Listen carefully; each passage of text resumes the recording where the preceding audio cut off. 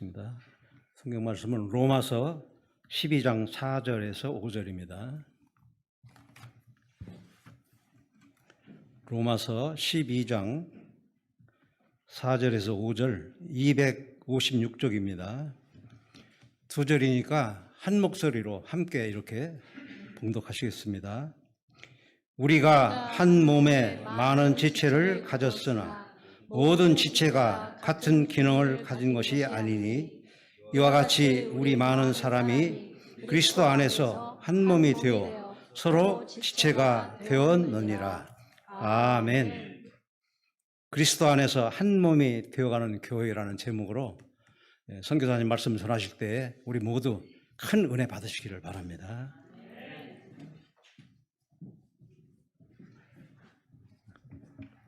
샬롬.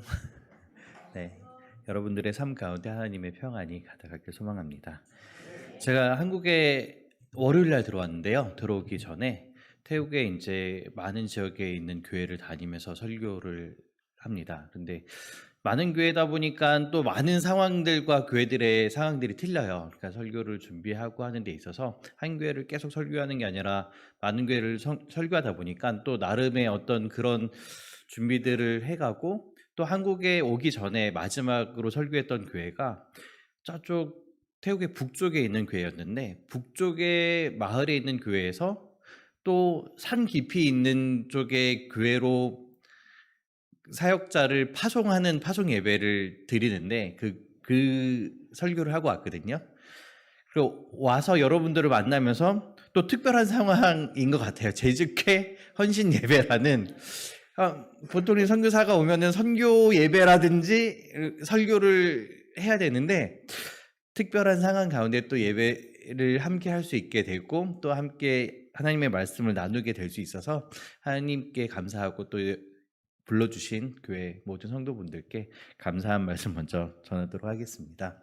제가 2004년부터 태국인들을 전도하고 하는 일들을 해왔어요. 한국에서부터 이제 동두천이라는 지역에 그 지역에는 공장들이 많은 지역이거든요. 그래서 이제 태국인 분들이 많이 계셔서 거기에 이제 태국인 교회에서 전도를 하고 태국 분들을 섬겨 오기 시작했고, 아무래도 이제 열정을 가지고 만나긴 했지만 말이 잘 안 되잖아요. 2005년도에 1년간 태국에 가서 어학연수를 하고, 그때부터 지금까지 잠깐 한 3년 기간이라는 시간을 동안 한국 교회를 섬기는, 부사역자로 섬기는 기간을 빼놓고는 계속적으로 태국 사역을 해왔던 것 같습니다. 그리고 2013년도에는 아예 거주지를 이제 태국으로 옮기는 선교사 사역을 시작하게 됐는데요. 이런 어떤 많은 시간 동안 태국 사역을 하고 또 하나님께서 불러주신 사역을 하면서 느끼는 것은, 내가 생각하고 하는 그런 멋진 모습의 사역이 아닌 하나님이 직접적으로 일하시는 것에, 하나님께서 우리를 불러주셔서 그 사역에 동참시키시고 하나님의 살아계심과 하나님이 일하시는 것을 보고 목도하고 함께 찬양하며 우리가 살아 숨쉬는 그 기쁨들을 하나님께서 느끼게 하시기 위해서 우리를 초청해 주시고 불러주셨다라는 고백을 하게 됩니다. 어떤 내가 생각하던 어떤 그런 멋진 사역들, 그것들을 멋지게 성공하고 잘 되어가는 모습을 나누고, 그래서 하나님께서 나에게 이런 은혜를 주셨어 라는 것이 아니라 하나님이 해 가시는 것에 내가 일부 동참하고 그것에 감사하는 것이, 그것이 정말 하나님의 은혜라고 고백하게 되었습니다. 선교를 하면서 내가 어떤 모습 가운데 있을지라도, 세상이 보는 성공의 형태를 띠든 실패의 형태를 띠든, 그리고 내 삶 가운데 기쁨이 있든 실패와 좌절이 있든, 이 모든 것 가운데 하나님이 함께 하심을 보면서 하나님의 뜻을 찾고 하나님의 그분의 뜻대로 이루어 나가시는, 그리고 나의 삶을 하나님의 뜻 가운데 동원하시고 함께 하시는 것이, 그것이 바로 은혜고 하나님이 하시는 선교에 내가 동참할 수 있는 기쁨이라고 고백할 수 있습니다. 그렇지 않다면 그것은 하나님과 상관없는 내 선교고, 내 사역이고, 내 교회고, 내 업적이고, 내 것, 내가 이룬 것. 하지만 하나님과는 별 상관이 없는, 보기에만 좋은 그런 모습이 아니었을까 싶어요. 가끔 우리는 물건을 살 때 포장이 잘 돼 있는 거를 사잖아요. 눈에 보기 좋고. 근데 속까지 알뜰한 그런 상품이면 좋겠는데 가끔은 우리가 속임을 당하는 경우가 있죠. 크고 좋아 보이는 포장이 잘 돼 있는 거를 샀지만 속에 내용물은 형편없는 것을 보기도 합니다.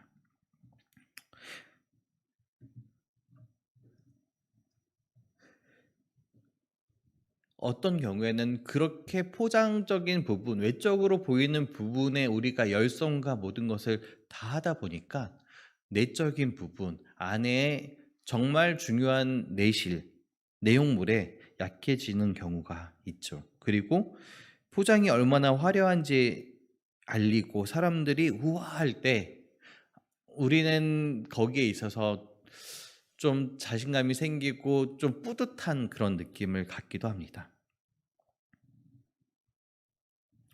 제가 태국 선교사로 파송받고 나간 지 10년이 돼 가는데요. 처음에 2013년도에 나가서 한 6개월 정도 지나면서부터 함께 사역을 하고 함께 공동체 삶을 살아왔던 태국 자매가 한 명 있습니다. 코로나 전에 이제 단기 선교 혹시 오신 분이 있다면 그분들은 보셨던 친구일 텐데 이름이 쏨이라는 친구입니다. 그 친구가 제가 2004년도부터 태국인 교회를 하고 2005년도에 어학연수를 갔다 온 이후에 2006년부터 한국에 있는 태국인 교회를 본격적으로 시작을 하면서 처음 열매예요. 처음 예수 그리스도를 모르던 사람이 교회에 온 첫 번째 성도였기 때문에 저에게도 참 의미 있는 친구인데요.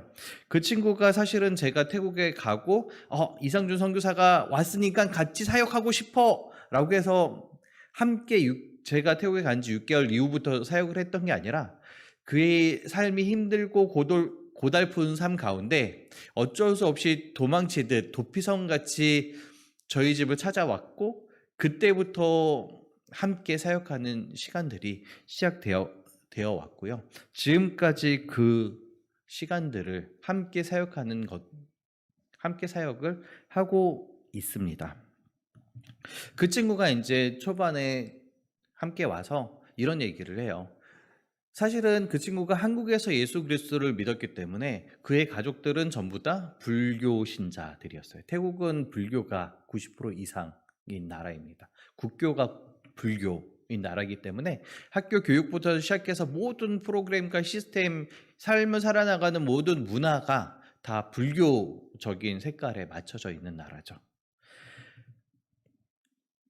그 친구가 저희와 살면서 하나님의 일을 하는 것이 가족분들 보시기에는 못마땅했던 것 같아요.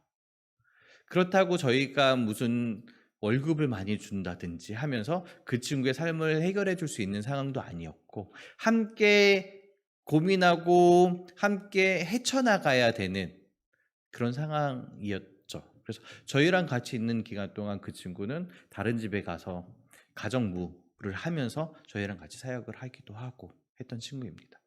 근데 그런 친구가 가족이 저희와 함께 살아가는 것에 있어서 그 친구의 부모님들과 그 친구의 친척들이 이해가 됐을까요? 이해가 안 되죠. 아니 어디 가서 돈이라도 더 벌어서 힘든 어떤 삶을 채워나가야지 왜 이렇게 있을까? 라는 고민을 그리고 그런 압박들을 해왔을 겁니다. 그리고 한국에 있을 때 예수 그리스도를 믿고 같이 신앙생활을 했던 태국 분들이 태국에 돌아가서 모든 분들이 신앙을 잘 지켜나갔으면 좋았겠지만 그러지 못하고 이제 신앙을 잊어먹고 다시 사회 가운데 불교 문화권 가운데 들어가면서 다시 불교로 개종하는 모습을 보면서 이 친구한테 꿈이 하나 생겼어요. 내가 하나님이 복을 주셔서 내 삶이 좋아지면 그걸 가지고 알리고 싶다. 간증하고 싶다. 그래서 하나님이 나에게 얼마나 많은 축복을 주셨는지 가족들에게도 말하고 그 신앙을 잊어먹었던 사람들에게도 말을 하면 그분들이 다시금 하나님께 돌아오지 않을까? 하나님이 나를 축복해 주신다면 이라고 그 친구가 기대를 하고 저하고 이야기를 한 적이 있어요. 저도 생각해보면 나쁘지 않은 것 같아요. 아니, 나쁘지 않은 게 아니라 더 좋은 거죠. 힘들고 어렵게 하는 게 아니라 이 친구의 삶만 변하면 많은 부분이 해결이 되고 선교적인 보여질 수 있는 많은 것들이 생겨나겠다.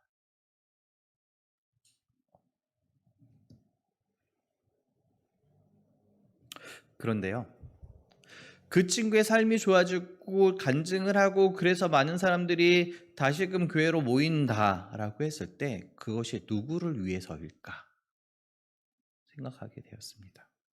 그리고 제가 기억하기로 이 쏘미라는 친구가 저에게 그런 어떤 이야기를 해왔을 때 자기가 하나님의 은혜, 하나님의 축복을 받아서 성공을 하고 그거를 간증함으로 많은 사람들이 다시금 하나님께 돌아왔으면 좋겠다라는 어떤 그런 소망을 가졌을 때 제가 초치는 소리를 했어요. 뭐냐면 너가 우리의 생각대로 그렇게 하나님의 축복을 받고 성공을 해가지고 사람들에게 간증을 해서 사람들이 많이 돌아오는 그런 마음을 가지고 간증을 하지 않았으면 좋겠다. 혹여나 우리의 계획대로 되어지지 않고 성공의 그런 모습을 보이지 않고 더 힘든 상태가 되고 그 힘든 상황이 지속되고 그 가운데서 혹시라도 너가 예수 그리스도의 복음으로 기쁨이 너의 안에 있다면 그거를 간증했으면 좋겠다라고 이야기를 했습니다. 그리고 지금도 저는 그런 생각들을 가지고 있습니다.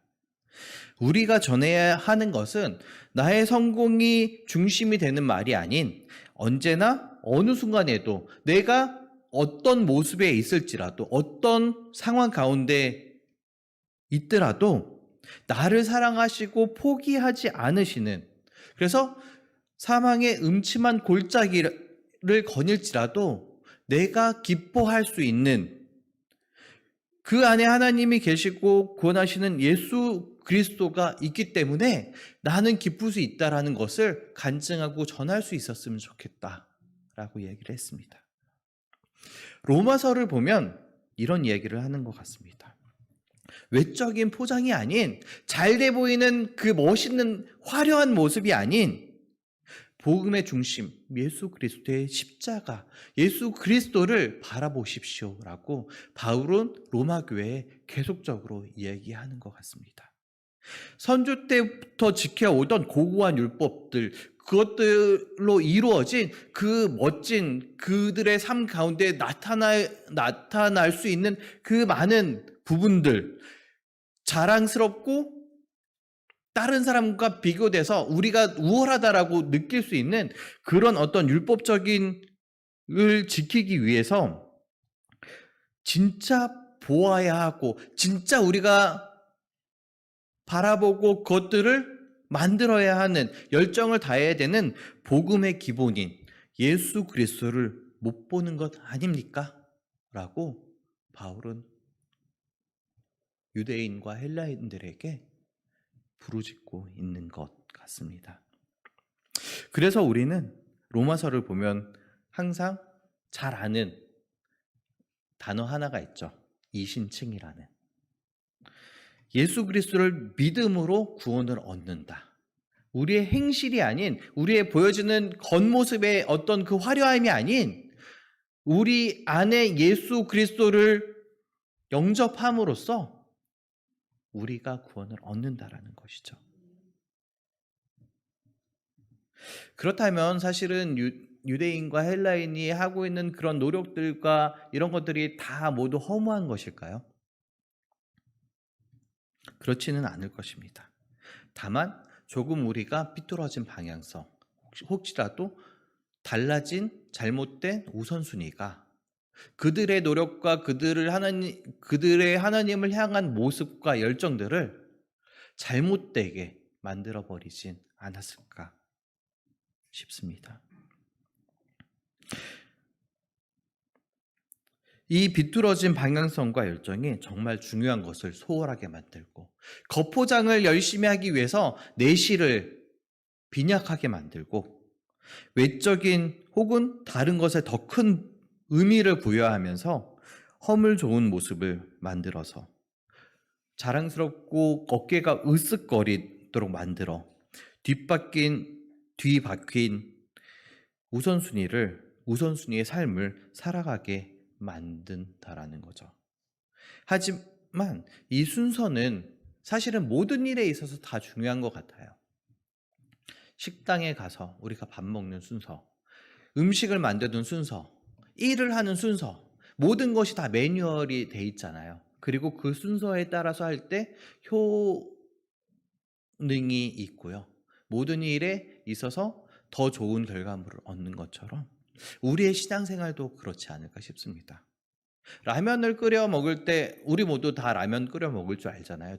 꼬맹이부터 웬만하면 라면을 다 끓여 먹을 줄 아는데, 라면을 먹기 위해서 가장 먼저 할 거는 물을 냄비에 붓고 물로 끓여서 물이 끓어오른 다음에 다른 재료를 넣는 건데, 재료를 먼저 넣고 불을 킨 다음에 나중에 뭔가 탄 냄새가 나면 물을 붓는다면 그것은 우리가 먹을 수 없는 게 되겠죠.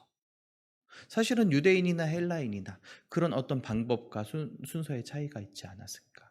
우리가 일을 할 때, 서류를 작성할 때 컴퓨터 전원을 켜고 키보드를 눌러야 하듯이, 키보드를 열심히 누른 다음에 전원을 킨다고 자료들이 다 프린팅 돼서 나오지 않는 것처럼, 진리를 향해 가는 길에 있어서 우리가 가장 우선적으로 봐야 될 것이 무엇인가는 참으로 중요한 일인 것 같습니다. 그리고 그것이 바로 예수 그리스도라고 바울은 이야기하고 있습니다. 그리고 예수 그리스도를 믿는 크리스천인 우리가 하나님의 크신 은혜를 깨닫는 우리가 그 십자가를 생각하며 이 세상을 살아나가는 데 있어서 어떻게 살아나가야 될 것인지까지 바울은 로마서를 통해서 우리에게 이야기해 주고 있습니다. 단순히 우리가 예수 그리스도를 믿음으로 구원을 받았어 에서 끝나는 것이 아니라, 정말 그것이 너희에게 은혜로 느껴진다면, 너희가 정말 하나님의 사랑을 알고 너희 또한 하나님을 사랑한다면 너희는 어떻게 살아야 돼? 라고 바울은 우리에게 가르쳐주고 있는 거죠. 우리가 이렇게 살았기 때문에 구원이란 것과 교환이 아니라, 하나님께서 우리에게 구원을 주셨기 때문에 그 은혜를 아는 우리가 마땅히 나가야 할 삶에 대해서 바울은 이야기하고 있습니다. 그리고 오늘 12장에 예수 그리스도를 믿는 신앙 공동체인 교회가 한 몸이 되어야 한다라고 이야기를 하죠. 각 지체가 하나님이 주신 역할, 하나님이 주신 달란트, 사명을 한 몸인 교회 안에서 모든 지체들과 서로 조화를 이루면서 이루어 나가는 것, 서로 사랑하고 서로 하나님의 영광을 향해 나아갈 수 있도록 돕고 함께 나아가는 것이 우리 크리스천의, 예수 그리스도의 구원을 입은 우리로서의 모습이라고 이야기를 합니다. 그리고 이것이 더 나아가서 교회 안에서 끝나는 것이 아니라 선한 영향력으로 세상 가운데로 나아가야 된다라고 얘기를 합니다. 그리고 제가 이제 선교사이기 때문에 그것이 선교까지 이루어져야 된다는 거죠. 제가 이제 선교에 대해서 생각을 하면서, 많은 고민들을 하면서, 저의 어떤 선교적인 모토는 선교사가 필요 없는 선교지를 만들자예요. 그렇게 생각을 하고 선교를 하다 보니까 많은 부분에 있어서의 어떤 생각의 반환점들이 많더라고요. 뭔가 거기에 뭘 세우기보다는 뭔가 빨리 그들이 세워지고 빨리 빠질 수 있는 것들이 무엇인가를 고민하게 되었습니다. 사실은 우리가 퍼즐을 보면은요, 퍼즐 한 조각 한 조각 한 조각이 다 모여서 하나의 예쁜 그림을 만들잖아요.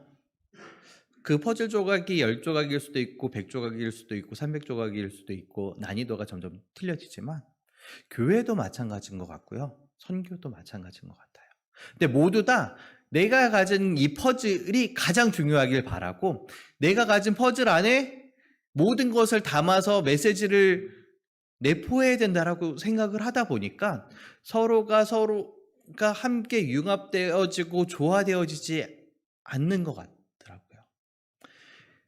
여러분은 생각해 보세요. 퍼즐이 있는데 예를 들어서 퍼즐을 다 모았을 때 그리고 그것들을 잘 조화를 시켰을 때 멋진 하나님의 복음을 나타내는 십자가의 그림이 되어지는데 모두 다 내 조각 안에다가 십자가의 모습을 그려놓고 싶어서 모든 조각에다가 십자가를 그려놓고 그거를 딱 한 그림으로 모아뒀을 때 와, 내 조각에 뚜렷한 십자가가 보이지 않지만 내가 그 부분을 감당함으로써 한 조각 한 조각이 모였을 때 두 그림을 비교한다고 여러분들 한번 상상해 보세요.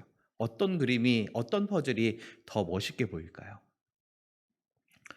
사실 내 모든 퍼즐 조각에 십자가의 어떤 모습을 그려놨으면 좀 조잡해 보이지 않을까요?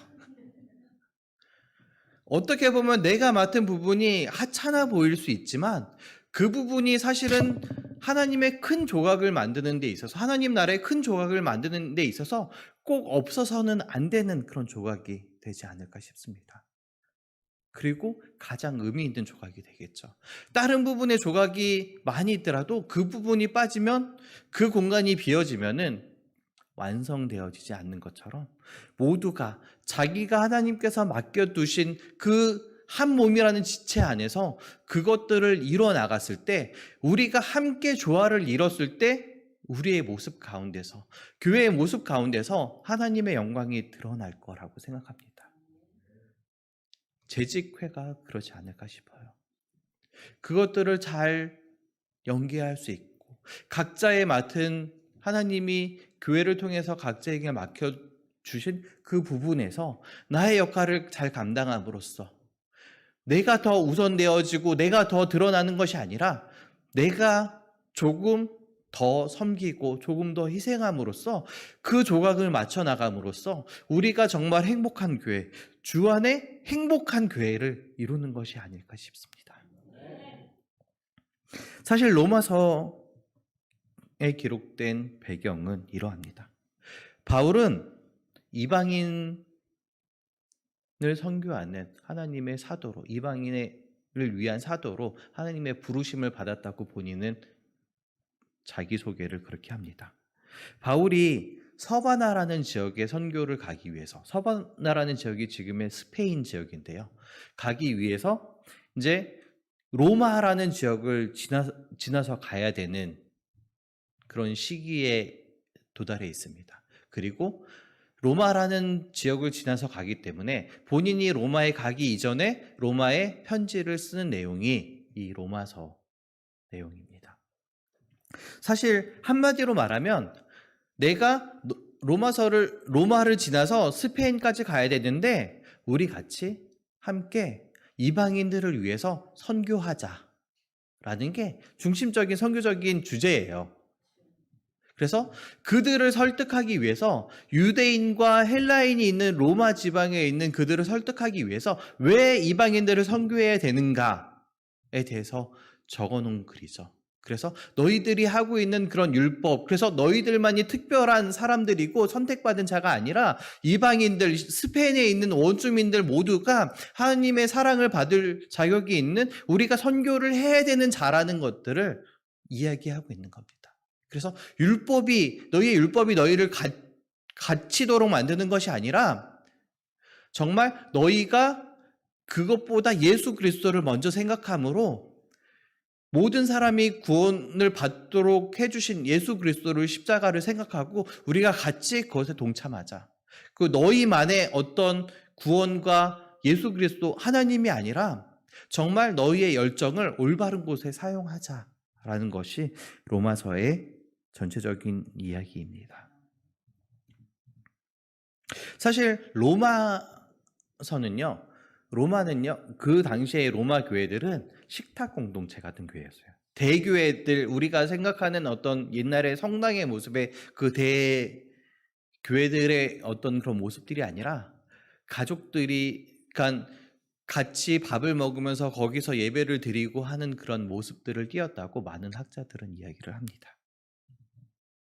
그리고 더 재밌는 건 바울이 그 로마 교회에 가본 적이 없어요. 그럼에도 불구하고 로마 교회들에게 같이 이방인들을 위한 선교를 하자고 독려를 하는 거죠. 그래서 사실 로마서를 보면 초반에 본인 소개를 먼저 하게 됩니다.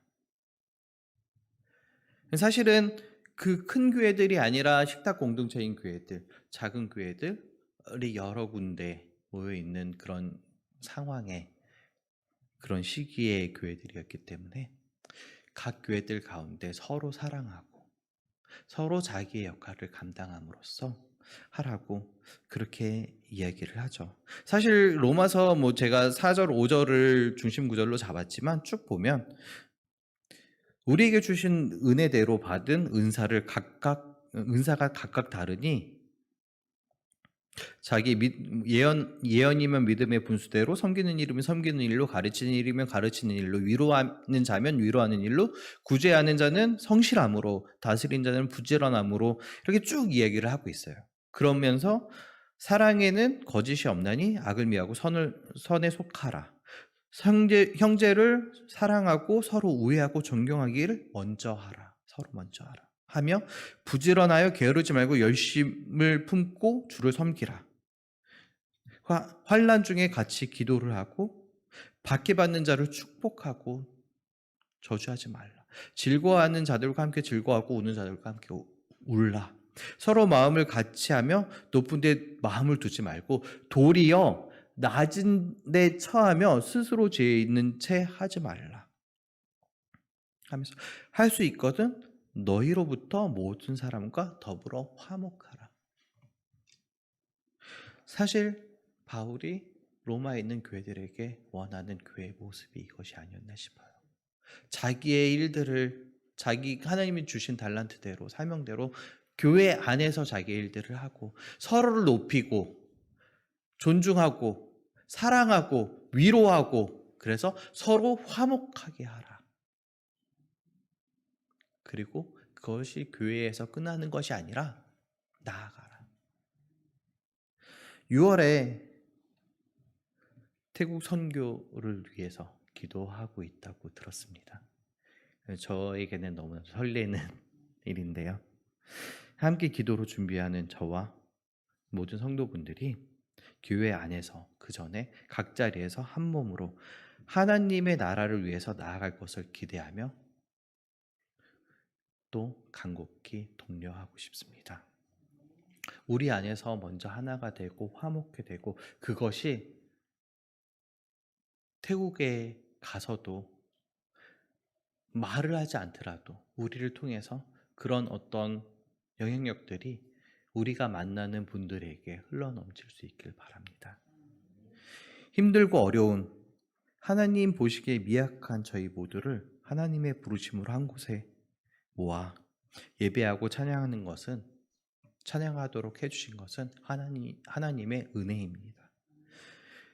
우선 서로의 상태를 감싸고 사랑하고 헌신함을 통해서 화목해 되어지며, 하나님이 각자에게 주신 달란트를 통해서 교회를 세워나가는 것이죠. 남을 판단하는 대신에 사랑으로 감싸고 섬기어 하나님의 교회가 빛과 소금이 되어 선한 행실로 세상 가운데 하나님의 나라를 세워나가는 것이 교회의 역할이고 우리 재직자분들의 역할이 아닐까 싶습니다.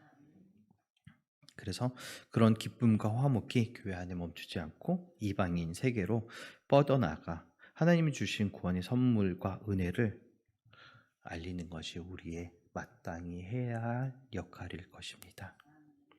제가 선교 사역을 하면서 선교 대상자가 하나님께 나올 수 있도록 돕는 것은 뛰어난 언변이 아니고 어떤 우리가 가진 물질이 아니고 하나님이 날 사랑하신다라는 확신에서 시작하는 섬김이라고 생각합니다. 저는 이번에도 우리가 하나님의 사랑이 우리 내부에서 충만하고 재직자분들로부터 시작을 해서 이 섬김과 사랑이 교회 안에 넘쳐서 정말 행복한 교회가 행복을 가지고 태국 사람들에게까지 그 행복이 전달될 수 있기를 소망합니다. 사실 코로나 이전에 이제 제가 방콕에 있는 한 지역에서 센터를 할 때 교회에서 한번 방문을 하셨던 적이 있어요. 그때 이야기를 하고 지금 사역들을 이야기를 하고 마치려고 하는데요. 처음에 이제 그 태국의 교회들이 이제 현지 교회들이 미자립 교회지만 서가는 과정 가운데 더 이상의 어떤 저에게 주어진 하나님의 사역적인 방향성이 교회를 세우는 것보다는 교회들이 잘 설 수 있도록 돕는 역할이라는 마음을 주셔서 그런 부분을 고민하고 태국에 가서 많은 사역자들 또 많은 성도분들과 고민들을 해왔습니다. 그런 가운데 고민하게 되고 그분들의 고민을 듣게 된 거는 교회 문턱이 불교 문화권 가운데 너무 높다라는 거죠. 우리는 문턱을 낮추려고 노력했지만 그들이 보기에는 높았던 것 같아요.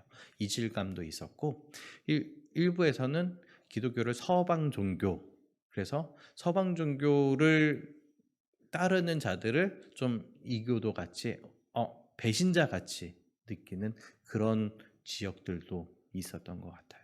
그렇다면 교회의 문턱을 어떻게 낮출 수 있을까? 그리고 그것들에 대한 방법들을 교회들에 어떻게 알려주고 교회들로 하여금 세상의 문화 가운데, 마을의 문화 가운데, 사회 가운데 속해서 선한 영향력을 어떻게 펼칠 수 있을까를 고민을 하면서 방콕의 한 지역에다가 센터를 오픈하게 되었습니다. 근데 센터를 오픈했는데요. 제가 뭐 교회 당이다, 뭐 십자가도 하나도 안 걸어놓고 했음에도 불구하고 사람들은 벌써 쟤는 교회하러 들어왔네, 우리 마을에 들어왔네라는 어떤 시각을 가지고 보기 시작하더라고요. 그래서 어떻게 하다 보니까 아이들은 갈 곳이 없고 또 저희가 우연히 세운 곳이 빈민가다 보니까 아이들이 그냥 길거리에서 노는 아이들이 이 센터로 모이게 되었습니다. 그런데 그렇게 되면서 아이들이 20명, 30명이 되고 또 저희가 그러다 보니까 그 센터의 규모가 작아서 또 다른 지역에 재정적인 부분과 여러 가지를 고려해서 다른 그 마을 안에 좀 더 넓은 단독 주택적인 어떤 그런 건물로 이사를 가게 됐는데 아이들의 수가 계속적으로 늘어나고 아이들의 활동이 늘어나면서 사실 거기서 저희가 예배를 드린 것도 아니고 하지만 부모님들이 이 마당까지 건물은 둘째치고 마당까지도 들어오지 않더라고요. 보통 주택은 집이 있고 이 벽이 있고 마당이 좀 있잖아요. 그리고 이제 벽 바깥쪽으로 큰 문이 하나 있는데 그 문 안으로 들어오지 않는 걸 보면서 교회로 하는 것보다 정말 이 분들에게 예수 그리스도의 사랑을 알리고 정말 그분들이 정말 예수 그리스도에게 만문을 여는 것이 더 우선적이겠다라는 생각을 많이 하게 됐습니다. 그래서 많은 분들이 이제 아이들이 한 30명 정도 모이고 이제 솜간사를 필두로 해서 많은 사역자들이 함께 했기 때문에 현지인들이 함께 했기 때문에 많은 분들이 교회로 변환을 시켜서 거기서 예배를 드리지 않는 것에 있어서 많이 좀 의구심을 갖기는 했었어요. 근데 저희의 목적은 교회를 세우는 것 이전에 정말 많은 분들에게 기독교적인 그리고 예수 그리스도의 사랑을 나누고 마음문을 열어서 그것들을 필두로 해서 지역의 많은 교회들이 도움을 받기를 원했던 게 컸었습니다. 그런데 그러다 보니까 교회가 되어지지 않기 때문이라고 할 수만은 없지만 재정적인 어려움이 오면서 이 센터 문을 닫아야 되는 일이 생겼습니다. 그래서 이제 처음에는 뭐 길거리에서 모이고 이렇게 하기도 했고 하지만 이게 쉽지만은 않더라고요. 또 이제 뭐 길거리에 조그마한 공터에서 시작을 했지만 거기에서 아이들이 시끄러우니까 또 쫓겨나고 그래서 쓰레기들이 이제 버려져 있는 공터, 이 풀숲에서 이제 시작을 했는데 거기는 뭐 쥐똥이든 뱀이든 있기 때문에 좀 쉽지 않은 상황에 있었어요. 저희를 좀 비아냥거리시고 뭐 예수 그리스도에 관심이 있어서가 아니라 너네 교회 언제 시작할 거야? 이런 눈빛으로 바라보면서 성경 공부는 언제 하나? 언제 하나요? 이렇게 물어보시는 분들도 있었지만 저희가 느끼기에는 정말 성경을 알고 싶어서 예수 그리스도를 알고 싶어서가 아니라 뭔가 너네도 어떻게 하나 보자 라고 이렇게 좀 비아냥거리는 부분들이 많았던 것 같아요. 근데 저희가 주택에 있다가 나감으로써 사람들에게 저희가 아이들을 어떻게 사랑하고 어떻게 대하는지를 보면서 어른 성인분들이 마음들이 조금씩 변해 가시더라고요. 처음에는 센터를 더 이상 임대하지 못하고 문을 닫아야 된다라는 것 때문에 마음이 너무 힘들었어요. 한 2주 정도 힘들어서 문을 닫고 나서 움직이지 못했던 것 같아요. 그 이후에 아이들을 만나러 갔더니 아이들이 너무 반겨주고 하다 보니까 길거리에서 시작을 하게 됐는데 그게 사실은 전화위복이라고 저희가 갇혀서 아이들에게 사랑을 나누고 했던 게 지역 주민들이 볼 수 있는 곳으로 나오게 된 거였더라고요. 결과적으로 봤을 때. 그러면서 지역의 주민분들이 아이들이 모일 수 있는 장소를 찾아주기 시작을 했어요. 그러니까 그분들이 돈을 대줄 수 있는 그런 분들이 아니었기 때문에 마땅한 장소를 찾기 시작을 했고 태국은 마을의 중심에 산당이 있거든요. 절이든 산당이 있는데 이제 저희가 들어가 있는 골목에도 마을이 형성되어 있는 중간에 산당이 있었습니다. 그리고 산당 옆에는 제사 때마다 이렇게 꺼냈다가 다시 집어넣었다 모아두는 우상을 모아두는 공간이 있었고, 근데 이제 그 모아두는 공간 그 건물 앞에 마당이 있었는데요. 이제 지역 주민들이 이제 마을에서 이제 그 땅을 갖고 있고 지주되는 분하고 이야기를 하면서 거기를 쓰도록 저희한테 이야기를 한 거예요. 나는 선교사인데 산당 마당에서 아이들을 만나야 되나 고민을 많이 했죠. 그렇지만 사실은 되게 긍정적이었던 건 우리의 사랑이 사람들에게 조금씩 전달되어 가는구나. 이후에 이제 그 산당의 마당을 쓰기 시작하는데 더럽고 하잖아요. 그러니까 뭐 누가 청소를 하고 거기를 깨끗하게 하는 게 아니기 때문에 마침 그 당시에 우리 주안의 행복한 교회에서 방문을 하셔서 같이 그 마당을 청소하는 일들을 했습니다. 저도 이제 오셨는데 산당의 우상들을 모아두는 이 마당을 같이 청소하자고 하는 게 이게 옳을까? 어떻게 생각하실까 고민을 많이 했었어요.